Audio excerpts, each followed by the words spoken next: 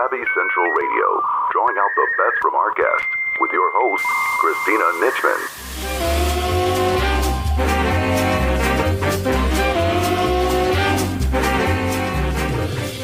This is your host, Christina Nitchman. Each week, Savvy runs weekly broadcasts providing entrepreneurs and successful individuals a platform to express their dreams, hopes, lessons learned, expertise, and wisdom with the world.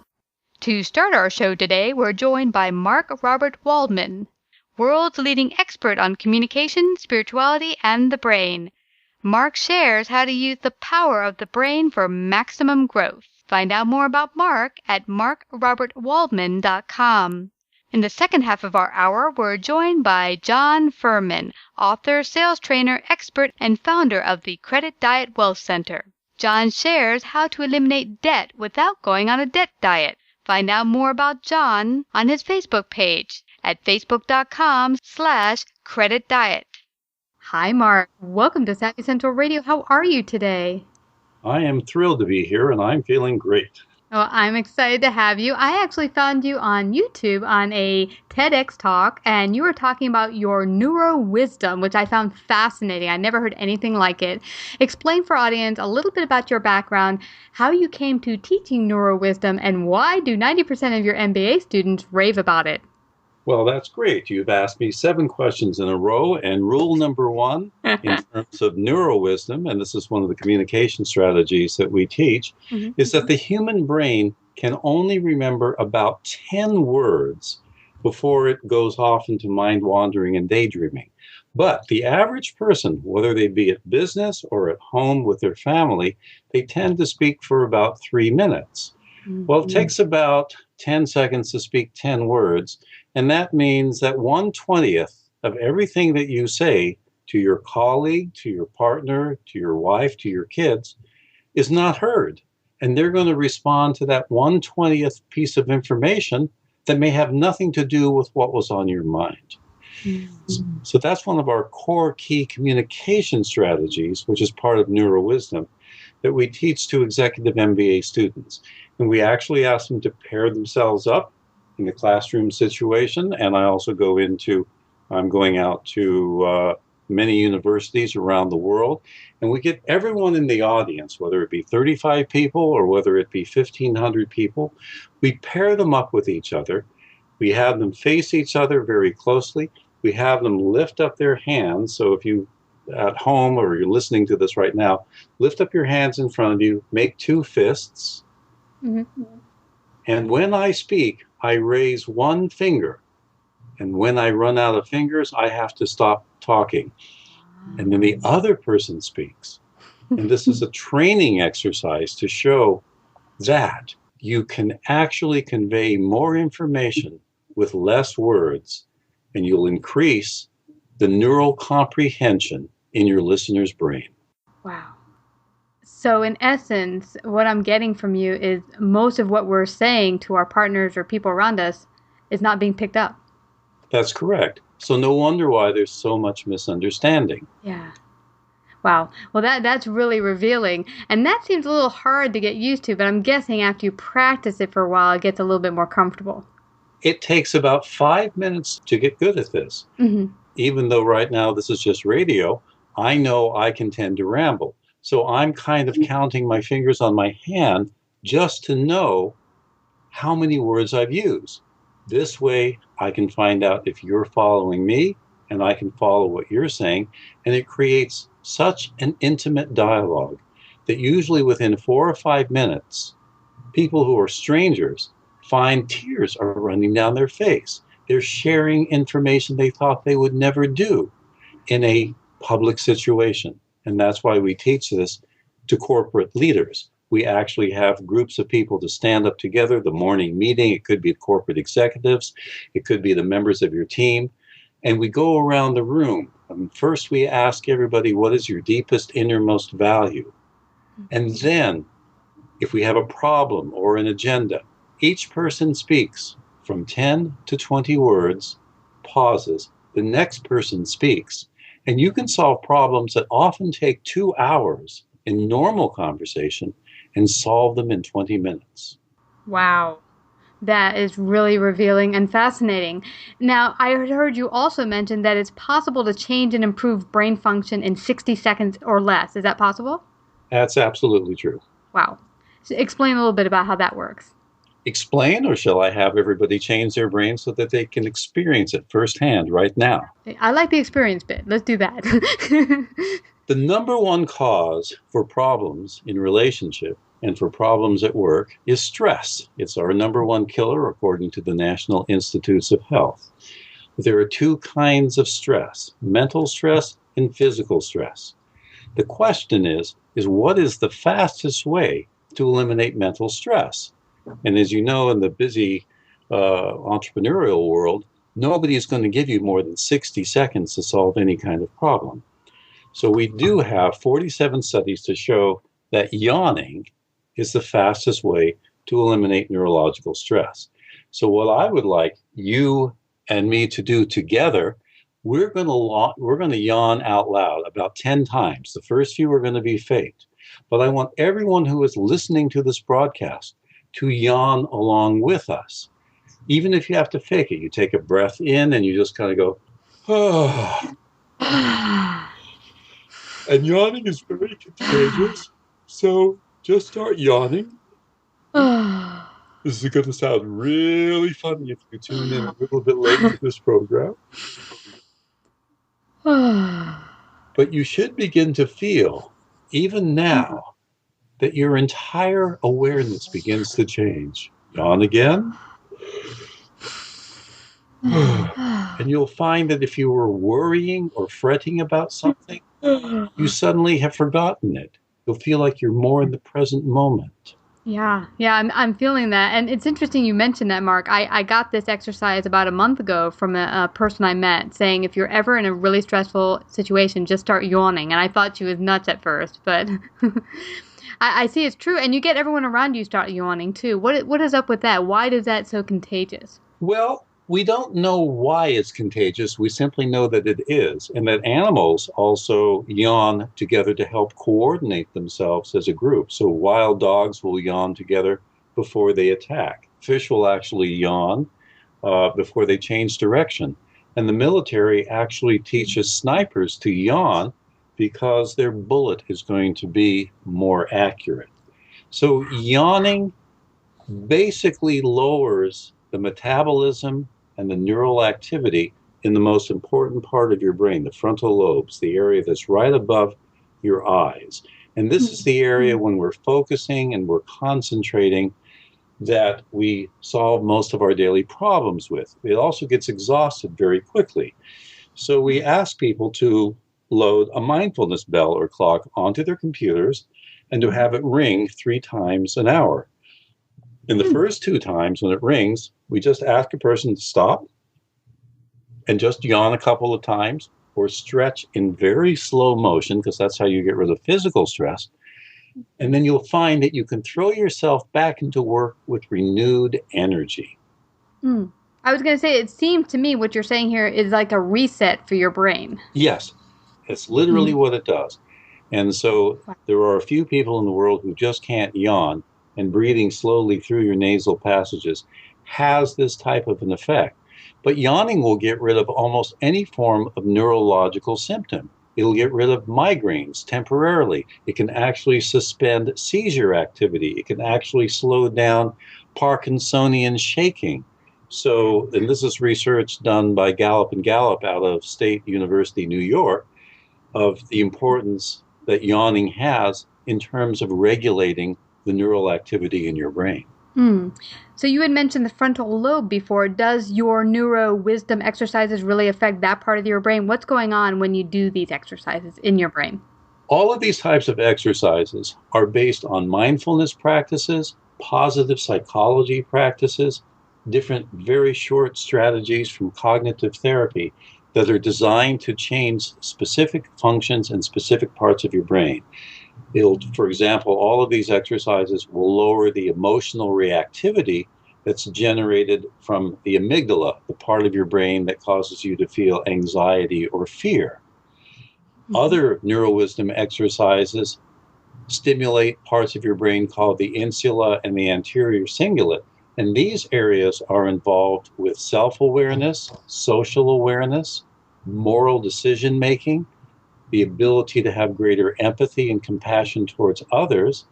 And some of the exercises like yawning are designed to eliminate neurological stress that builds up when you're thinking too hard and working too hard. Now, the frontal lobes are very, very interesting because you have the right frontal lobe and the left frontal lobe, and most of your negative thoughts and feelings are generated in the right prefrontal cortex, and most of your optimism and decision-making is made in the left side. Now, here's the interesting thing, and this comes back to the thing that I said in the beginning. Just as the listener can only remember 10 words at a time, your brain can only focus on either positive thinking or negative thinking. It can't do both simultaneously. And this is really important because this means that if you have a negative thought or feeling and you immediately interrupt it with a positive thought or feeling, you actually shut down the activity in the part of your brain that can generate anxiety or depression. Wow. So would you say that if someone's going through a negative thought process to really stop and interrupt it with a positive word or thought? Exactly. Mm-hmm. And thanks to the research of Barbara Fredrickson, we've discovered that there's a particular ratio, and it's called the 3-to-1 positivity ratio. And this is part of our NeuroWisdom exercises that we teach to our executive students and MBA students as well. And it works like this. For every negative thought and feeling that you have, you need to generate a minimum of 5 positive thoughts and feelings. If you don't, if your positivity ratio falls below 3-to-1, so you can actually make a list one day, write down all the negative thoughts you have in an hour, and then write down all the positive thoughts in the hour. If your ratio falls below 3-to-1, those are the relationships most likely to fail, and those are also the businesses that are most likely to go into bankruptcy. If you, as a corporate leader or a team member or as a spouse, can push your positivity ratio to 5-to-1 or even 7-to-1, those are your most happiest relationships. Those are your most successful businesses. And you can simply pick a single word, and I can guide everyone through this inner values exercise on how to find a positive value word or what we call a power word that will help you stay more focused, more optimistic, more driven, builds confidence and self-esteem just by repeating a single word several times once an hour. Wow, that's fascinating. So basically, if you just increase your ratio, whatever part of your life that you find yourself being negative, from, say, below 3-to-1 to upwards to 5-to-1 or 7-to-1, you will increase success in that area of your life? Right. Okay. Yes, but this is all intellectual conversation, so I'd like to guide you and the listeners directly into this exercise. Let's do it. So do not do this if you are driving, because I'm going to suggest that you close your eyes. And we do have neuroscientific research that suggests that if you close your eyes while driving, it could be hazardous to your health. So what I want you to do, with your eyes open or closed, wherever you feel more comfortable, yawn a couple of times and very slowly just twist and turn and stretch your body out, just to get rid of some of that physical and mental stress. And I'm going to ring a bell. And I want you to listen as deeply as you can to the sound of this bell. This is a concentration training exercise.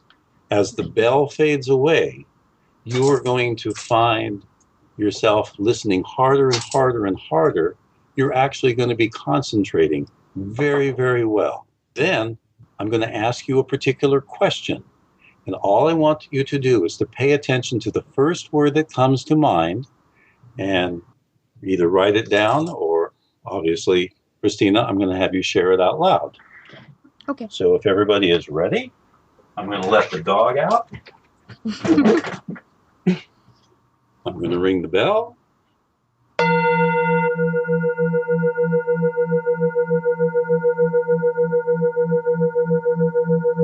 Listen deeply. Immerse yourself in the sound of this bell.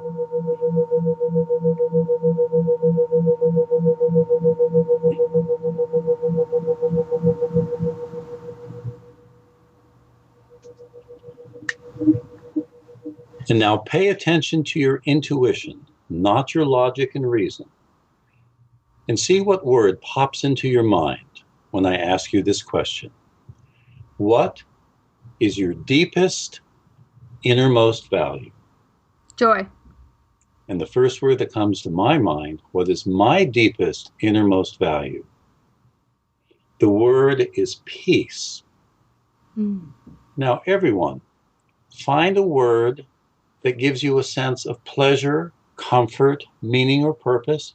It could be God, integrity, peace. One of the favorite ones from one of my students was grandmother, because she represented certain qualities that gave that person a passion for life.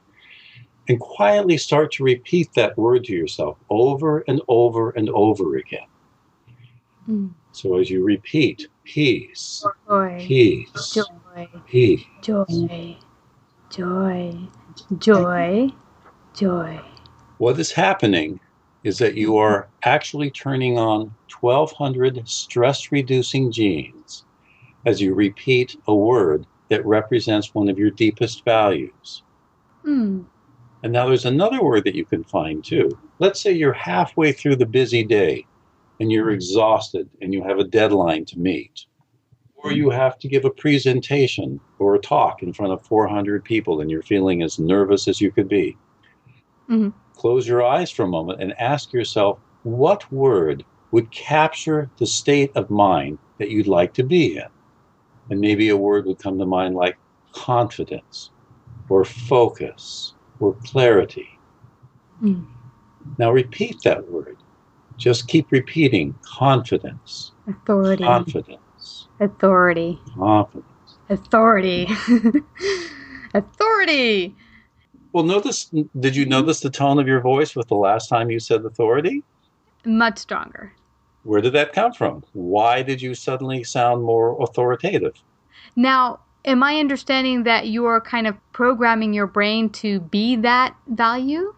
Yes. It seems to be that the ideas and the words that we create in our frontal lobes, the rest of the brain responds to our words the same way it responds to other sensations. Taste, sound, touch. Words seem to have an effect upon the brain, and the brain responds to that word as if it's an actual real state that you are in. So if you're feeling very depressed, yes, to focus on joy, joy, joy will lift you out of depression. And we know this because we can put you in a brain scan machine and we can see how your brain is reacting when it's depressed. Normally you'll see decreased activity in key areas of the brain. And as you repeat a word that gives you a sense of hope and optimism and satisfaction and love, you see that those areas begin to become stimulated, and it shuts down the part of your brain that generates anxiety or fear. Well, that's fascinating. Well, I'll definitely be using these very important exercises. Now, I've also heard you mention that daydreaming is essential for increasing your work productivity, and this I found very interesting. I was told as a kid not to daydream. Yes. Why is this? Yeah, tell me a little bit more about that. Well, daydreaming is literally when your mind goes wandering. But we didn't know this until about 6 or 7 years ago, that when you're highly focused and you're concentrating, so you're listening to the teacher and they're teaching you a word or some geography or some math, the frontal lobes, which is where concentration is controlled from, get tired very quickly. Maybe in a couple of minutes, maybe in 5 minutes, maybe in 10 minutes. We don't really know. But what happens is that the neurotransmitters necessary to keep us focused and concentrating wear out. If once every 10 or 20 or 30 minutes, and that's why, again, we ask for people to download a mindfulness clock onto their computer or cell phone, where they can hear the sound of that bell, as a reminder just to stop for 10 seconds to do any kind of relaxation exercise like yawning and stretching.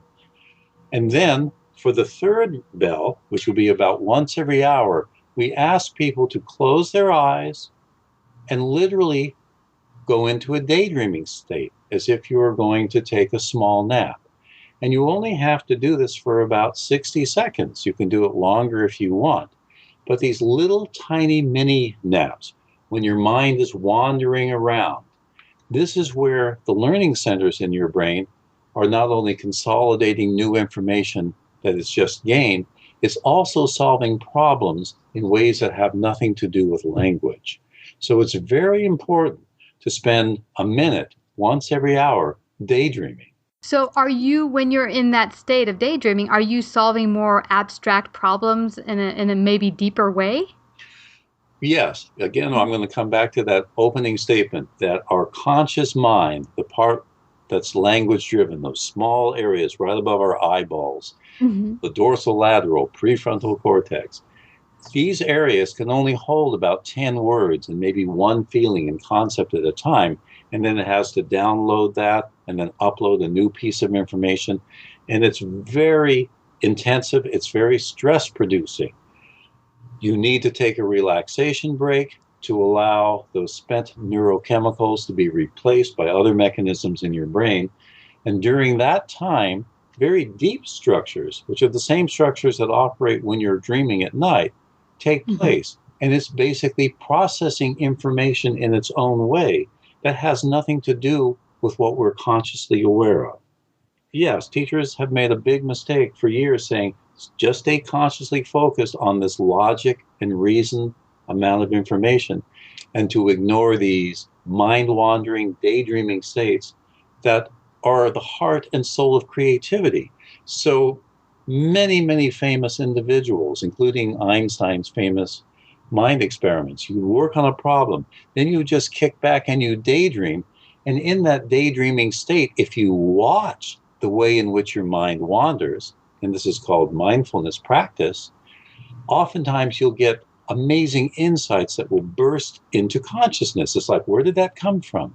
We've all had that sense where we've had an intuitional insight or awareness, that aha experience. Well, it comes from these deeper structures of the brain that you can learn how to consciously access by doing conscious daydreaming. Wow. So this brings to mind for me, Mark, I had heard or seen a meme of a iceberg where the tip of it is just extending from the water and the rest of it's under the water.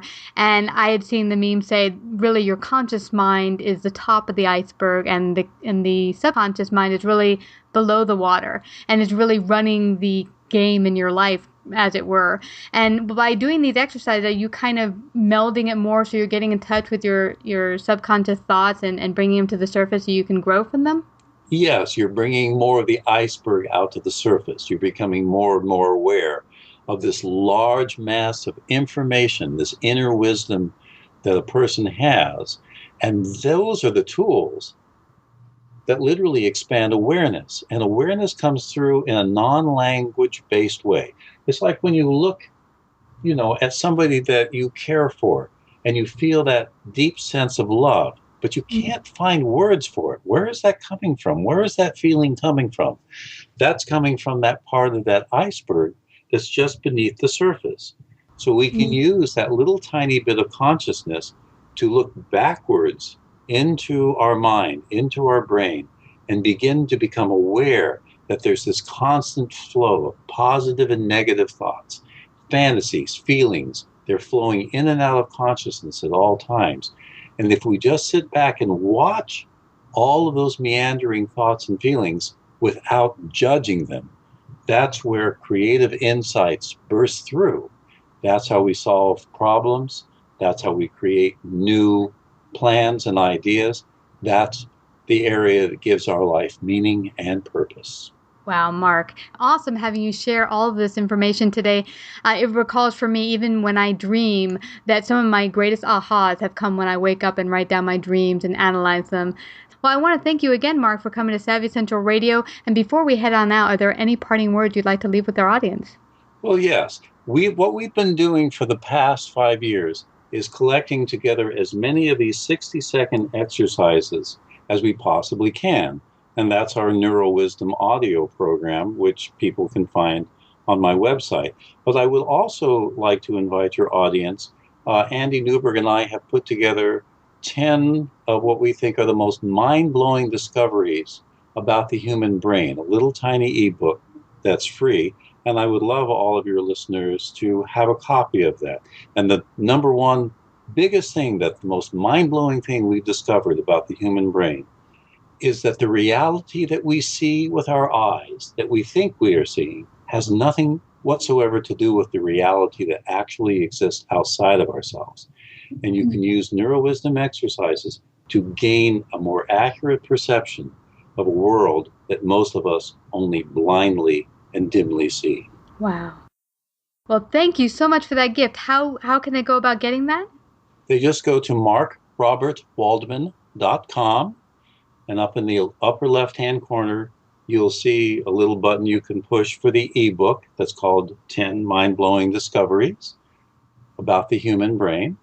And I would love you all to experiment with those, to practice some of these NeuroWisdom exercises, like yawning, super slow stretching. Experiment with your kids who will love this exercise. Have them hold up their hands, raise one finger for each word, stop talking after you've used up 10 fingers.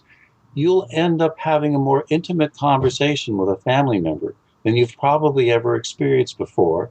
It's fun, and it teaches you that the slower you speak, the more briefly you speak, the more information you can convey with deeper accuracy and compassion for your teammates, for the people at work, for the people in your life who really matter. Such valuable information. I want to thank you again, Mark, for coming to share your wisdom and your gifts today at Savvy Central Radio. Thank you so much. Here's our interview with John Ferman. Hi, John. Welcome to Savvy Central Radio. How are you? I'm awesome. How are you? Thanks for having me.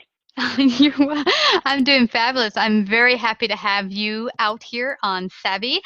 We get the number one questions we get on Savvy are regarding money and sales, and you're going to touch on today money and specifically how can people really get themselves out of debt, but without feeling like they are denying themselves everything, eliminating debt, but from a perspective of financial freedom, not of I'm losing. So share a little bit about your background. What brought you to working in this area? Believe it or not, the short answer is too much debt. Really? Yeah, I came from a sales background, and of course, when I started, one of the things that they taught us in training was go out and get yourself in debt and sell your way out of it. Really? Probably the worst advice I ever got in my life. But I lived up to it. I was there. Before I finally walked away from that and really started focusing on helping people with debt, I was a top 1% earner in this country. So by all standards, life should be great. But I was paying out 90% of my income to cover debt. So, wow. Don't look at what people earn. Look what they keep. And some of the things that really had an impact on me, we've all read these articles or seen them online where this older washwoman in Selma, Alabama donates $250,000 to a college, and she never made more than $20,000. And I'm like, how is that possible? I'm making all this money, and I couldn't donate $20. And I couldn't understand it.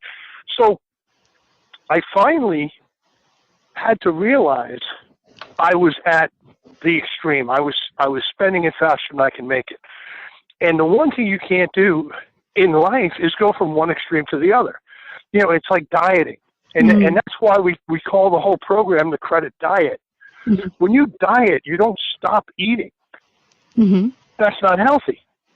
Well, I've seen so many of these programs, if you will, where to get out of debt, you simply cease spending.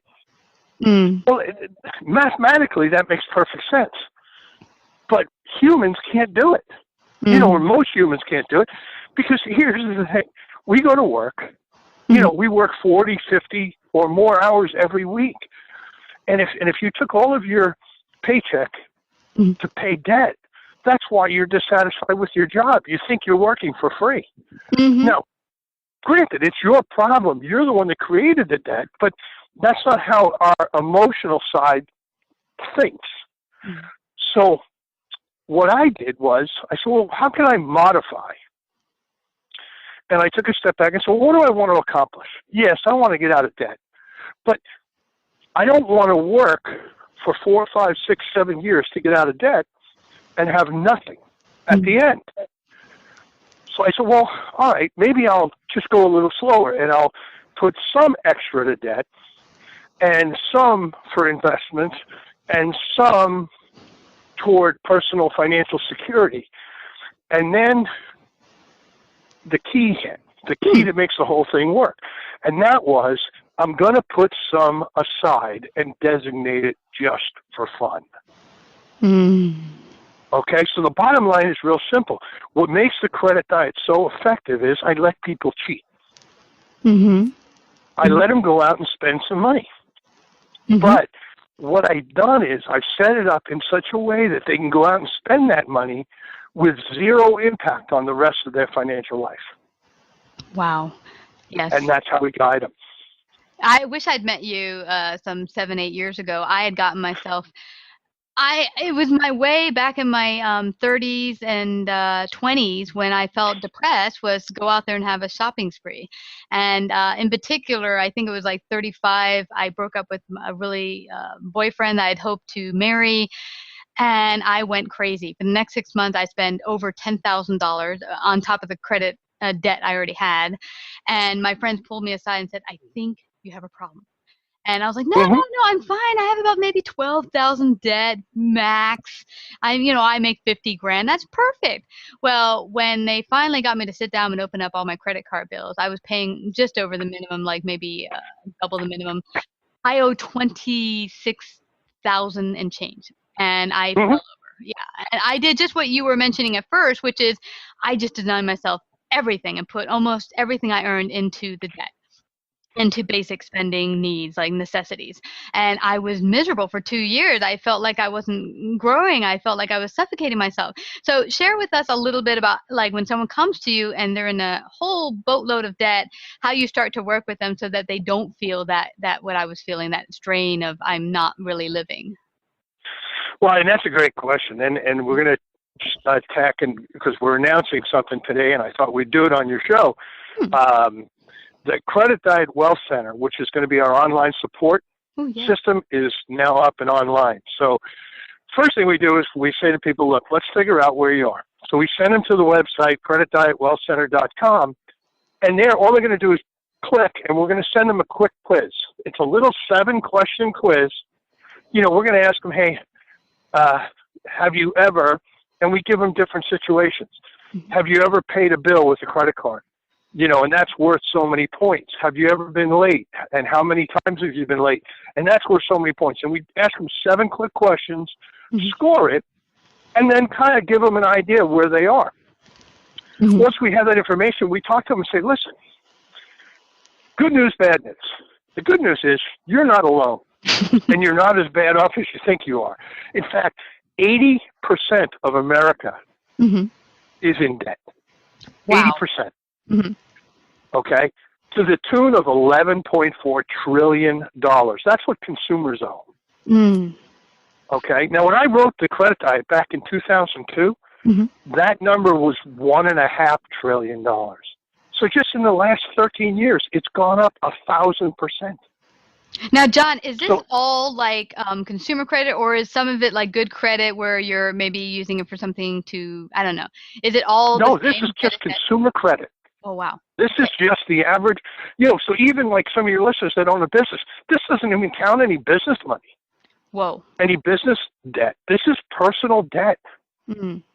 All right? And, when you have your own business, you can set it up and say, hey, it's a corporation, so I have my corporate debt. Yeah, well, if your business fails, you're going to dip into your consumer side to keep it going if you want the business. Yeah. And the problem is that we're in such bad shape. That's not an option. We can't do it, So it's time to take a step back. So first we tell them, hey, look, you're not alone. Second, we're going to ask you to fill out a financial profile. That's part of the program. And, if they're not in really bad shape, but they could be, we just say, listen, why don't you seriously just go get the book? And I think that the information in there will be enough to help you. And I'll go through some of those steps in a second. But if they're a little worse off, we're going to say, listen, you need to join the program. And the way we modeled it, Christina, is after Weight Watchers. I mean, how many weight loss places are more successful than Weight Watchers, right? Tens and hundreds of thousands of people have succeeded there. Why? It's not that they have the ultimate diet. There are millions of diets. The reason Weight Watchers is so successful is because they support each individual. And that was the piece that was missing from when I wrote the book to now.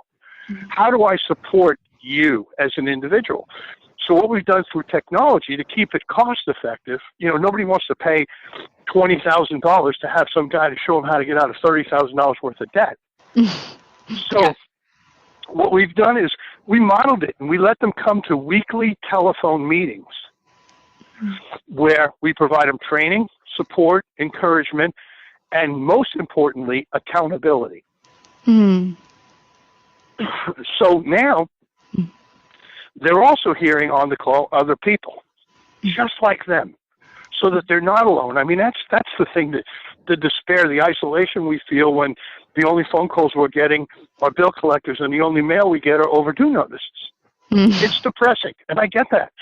But I just want to tell them, as bad as it is, we can fix it together using only your income. You don't need extra money. You just need to rearrange the money you have. So we do that. We complete their credit profile. We tell them, we give them a specific plan. Here's the bill you're going to attack first. Here's how you're going to do it. And here's how you're going to fund those areas I told you about: permanent wealth, financial security, an investment account, a fund account, and an account designated just to attack your debt. Wow. That is really, really great points. Now, it's really getting me, though. Why are so many of us, specifically in America, have a mindset of debt? I mean, was this kind of coming out of nowhere? Because I don't recall this happening so much when I was a kid in the 70s. When we went to the store, my mom wanted to use a credit card. Remember, they had this big machine they brought out and whatever. I mean, people rarely thought to pull out one of those puppies. But now it's like all my friends use their debit card even, so that you don't even see cash moving from one place to another. How has this evolved to create the society of debt that we have today? Well, I think it's numbed us to a certain extent. It's like, well, as long as they keep saying yes, I'm going to keep giving them this card. Okay? And now you say, okay, well, that's not bad. At least when they run their limit, they'll stop. No, we go get another card. And why? Because it's been beaten into us that whatever is the hottest, latest, greatest, fastest thing, we have to have it. Oh, and by the way, if you order now, it's free shipping. It's like, okay, I got to get it, right? Yeah. We order online. All right. One of the things that, seriously, when I was a kid, and I'm a tad older than you, my dear, but when I was a kid, even if you wanted to, the only cards we had back then, I remember my parents, they had a Sears card. That was like a big deal. Okay. And Visa wasn't even invented. Wow. Okay. Now, they had American Express, but you had to be an executive to have one of those. And the other thing is, to use any of those cards, you had to physically go somewhere. Now, when you're a parent, you worked all week, and you come home and you got a car full of kids, you really want to take everybody to the store? So you drag your feet. You go only when you have to. You use that card. And I'll use Sears as an example. If your washing machine breaks between paydays, okay, because you got to fix it now. Today, I mean, it's amazing. The washing machines that I grew up with lasted my whole life. I don't remember my mom getting a new washer the whole time I lived at home. I think she got one when I went into the military. Wow. So, yeah, but what's happened now is, you find out, hey, You get this new washer, it's going to save you $8 a year in an electric bill. Holy mackerel, I got to get it. Mm-hmm. Right? You know, hey, you can do a whole load of wash just pushing one button. Ooh, got to get it. Mm-hmm. You know, and I mean, they hit you over the head. You go to a store, mm-hmm. and they say, hey, do you have one of our cards? No, we don't. Well, we'll give you a 10% discount if you get one of our cards today. Mm-hmm. And people go, okay. So mm-hmm. they're going to get a 10% discount to pay 18 to 24% interest. Right? Yeah. And let me just share this, because this will blow people away, Okay. because I know they don't think about it. If you go to a department store and have a department store credit card, that's the highest interest rate of any card out there. And you buy a $2,000 couch, mm-hmm. and you make the minimum required monthly payment, you're going to pay for 30 years. Wow. Okay? Mm. Now, other than your Aunt Lil in Brooklyn, who keeps the couch for 30 years? You know, right? I mean, if they're not wrapping it in that clear plastic, mm-hmm. yeah. Nobody keeps a couch for 30 years. But you know what? We're going to pay for it for that long. Mm. And that's what people don't get. People are not buying items that cost thousands of dollars. They're buying $99 a month, $129 a month. They're not thinking of the consequences. Yeah. Even a house, okay? You know, an inexpensive home, just take an average $1,000 a month mortgage. Mm-hmm. You do it for 30 years, you're going to pay a $100,000 house, you're going to pay about $300,000. And people say, yeah, well, that's just the way it goes. But you're not paying just $300,000. Mm-mm. You see, you pay your bills with net money. In other words, you get paid, they take out all your taxes, and you pay what's left. Mm-hmm. So the question is, to make that $1,000 payment, how much do you have to earn? Mm-hmm. And now it's $1,500. Mm-hmm. So if you own that house outright, you have an extra $1,500. Or in the event of a job crunch, you can take a job that pays $1,500 less and live the same way. So it creates more options. And that's why I became so passionate about it, is to give people more options in life. Less stress. Mm. I love that. I love that idea. But what you're mentioning now about the paying the mortgage for 30 years or whatever, I was just thinking, how about the cell phone craze? I mean, every year I had, oh, well, it just ended. I need to get the iPhone 6. It's latest and greatest. And then they tell you, well, it's free. You just get our plan for 3 years. And I'm like, is it really free? You're paying $160 a month for your quote unquote service on that phone. I think you've paid for that phone 10 times over by the time you're done. But what would you suggest now, hearing all of this, John, because now it's become ingrained in us, this whole consumer mentality that to keep everything running and to be a good American, you must spend, spend, spend. How do we start to change that mindset so that we don't need to get the latest and greatest all the time, but that we can just be happy, very happy and content with the really awesome stuff we have right now? Well, another fantastic question. We have to do it the only way I've ever known how to do anything, and that's one person at a time. You know, I'd love to be able to say I'm going to run a national campaign against debt. It's just not going to work. But, you know, I will, and the reason we opened the Wealth Center is I want to start with the people who are most desperate, the people who are sitting there going, I can't continue like this. You know, and work through them, and then through their endorsements and encouragements, other people start to come. Because the funny thing is, and you know, for whenever this airs right now, we're getting ready to draw the biggest Powerball jackpot in the history of ever, right? Yes. Uh-huh. And the funny thing is this, and let's just say that you spend on a weekly basis, I'm just making up a number, $20 on lottery tickets. Mm-hmm. If you took that $20 and just put it into a mutual fund for 5 years, okay, you could then start playing the lottery $20 a week for the rest of your life and never touch the principal in that mutual fund account. Wow. Okay, so it's not good enough to tell people, hey, we're going to get you out of debt. You have to show them the end result. All right? It's just like dieting. What are you going to be like if you lost 10, 20, 30, 40, whatever amount of weight you want to lose? Well, I'm going to be healthier. Well, would you like to be healthier? Yeah. I'm going to look better. Okay. Would you like to look better? Yeah. Okay. That's what I'm promising you. See, we don't like to lose. We're Americans. So losing weight is a negative statement. Oh, I never thought of that. Yeah. Okay. But we do want to gain health. So that's what we're talking about. We do want to gain financial security. You know, the average retiree in this country, after working 40, 45, 50 years, has less than $2,500 cash in the bank.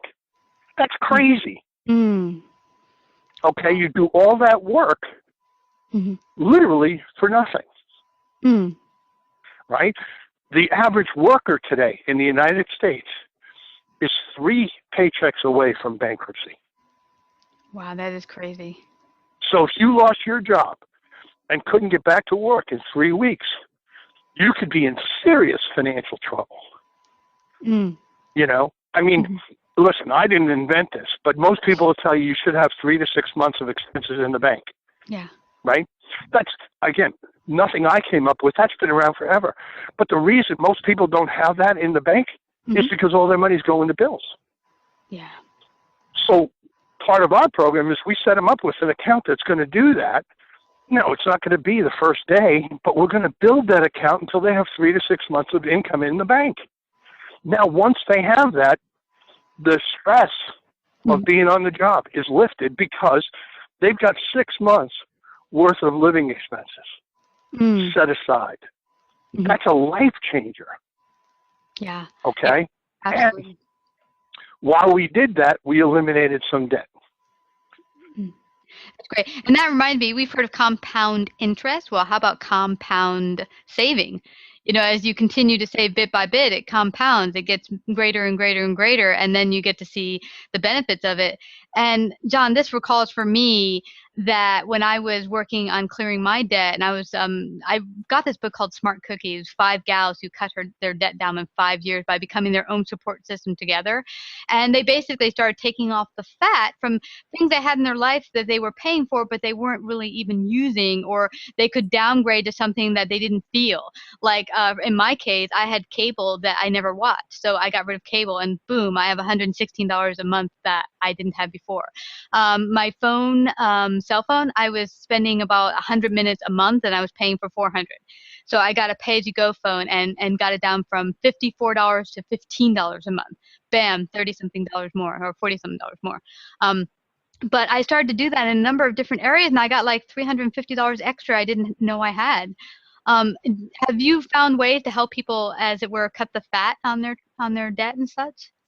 Well, and you know, yeah, and here's an interesting thing. If you told me, all right, that you put together a plan and you had an extra $350 that you didn't have last month, I would tell you going forward, I could wipe out all of your debt in 5 years or less. And that's so powerful. That's what it takes. Finding an extra $300 to $400 a month. I don't care how much you owe. If you're paying your bills on your current income, and you can get me an extra $300 or $400 a month, I can wipe out your debt. And we go into that not only in the book, but through the Wealth Center. But here, to do what you are able to do, to accomplish finding extra money, you have to know where you're spending money. So one of the first things we ask people to do is complete what we call a debt diary. Where are you spending your money? Okay? Don't change the way you're spending right now. Just write it down. And then we can look at it and say, okay, now, you're spending all your money. Did you find any waste? And again, you know, small amounts like you're talking about, you know, $30, $40 on a cell phone bill, $50, $60 on a cable bill. Those are great. But it's only a start. Now I'll turn around and say, okay, let's take food. We all have to eat. All right? So everybody, whether you're a single person or a family, spends roughly the same amount every week on food. All right? Now, I'm not looking to change your eating habits, but what if I said to you, next week, I want you to go to the grocery store and I want you to buy healthier for 5% less. Okay, now, here's the thing. What if you failed? right? What if you spent exactly the same, but you ate healthier? There's a benefit because now you're not going to have any of the health impacts that could end up costing you money. Yeah. But what if you were half successful, and you saved $15? Well, we're going to show you where to put that money. We're going to tell you which debt needs to be paid first and why for each individual. Because the most important thing to Americans is winning. I love that. Yeah. No, Okay, and I like the focus of not being focused on the negative, but being focused on the end result winning. That's exactly it. Because you're not losing anything. At the end, you're going to be able to make better deals for yourself because you're going to be debt-free. So many people, I tell people, one of the first things you have to stop doing in this endeavor is worrying about your credit score. Because why? If you're not going to use credit, what do you need a credit score for? Okay, number one. Number two, if you pay off all of your bills over a gradual period of time, faster than most, your available credit is going to increase. What that does is that increases your credit score. And because you paid your bills off consistently faster, that's going to increase your credit score. So your credit score is going to take care of itself. Stop worrying about it. Because what would you rather have, a great credit score or a few $100,000? Yeah. So, let's focus on those things. Plus, to be honest with you, after 35 years in sales and finance, they change the credit score criteria whenever they feel like it. So it's almost meaningless, although you are a slave to it. So stop worrying about it. Worry about yourself. Yeah. I think about this. If I said to you, listen, you got a 30-year mortgage, and if you just did one thing, you could pay that mortgage off in 6 years. What would that mean to you? Well, that's a good question. Right? That's a life changer. Because if you stayed in the house, not only would it be paid off, but you'd have hundreds of thousands of dollars in the bank, plus the house. Yep. Okay? Now, how do you do that? Well, it's real simple. You double your mortgage payment. Instead of paying 1 month, every month you pay 2. Now, you say that and you say, oh, that sounds simple, but I can't afford that. Yes, you can. Everybody can. The problem is this. That second payment you've already spent on your other debt. So that's why when we start, we don't even touch your mortgage. We'll just keep making your mortgage payment the way it is right now. We're going to attack your other debts until we get you to a point where we can double your mortgage payment. And if you add it up, that's probably what's going on. That's amazing. This has been so informative today. I don't want us to go away without people finding out where they can find out more about you, work with you, and all of that. Please let everyone know. Okay. Well, a couple of things. One, if they just want to get a copy of the book, they can go to any of the online bookstores, Amazon or Barnes & Noble. It's been there for a number of years. But they can also go to the website, which is www.creditdietwealthcenter.com. And there's a link for the book there. There's videos. There's the quiz. A little bit about me. There's my ugly mug. So everything they can possibly want is there. Wow, this has been so informative. This could take hours for us to go through, and I've been so enjoying having you here share this important information. Before we leave, what's your one top credit and debt advice would you like to leave our audience with? Well, 2 things. One, ask this question. Would you buy it this way if you were rich? Okay? Because if the answer is no, that's what's keeping you from wealth. All right? Just that simple question. The second thing is this. Start doing something about it now. Not later today, not tomorrow, not next week. So many people come to me, Christina, and they say, as soon as I have a few dollars, I'm going to start this. Well, that's like saying as soon as I lose weight, I'm going to go on a diet. It doesn't make any sense. Yeah. A long time ago, a financial genius said to me, if you can't manage a dime, you'll never manage a dollar. Well, it doesn't, let's just say you're $100,000 in debt.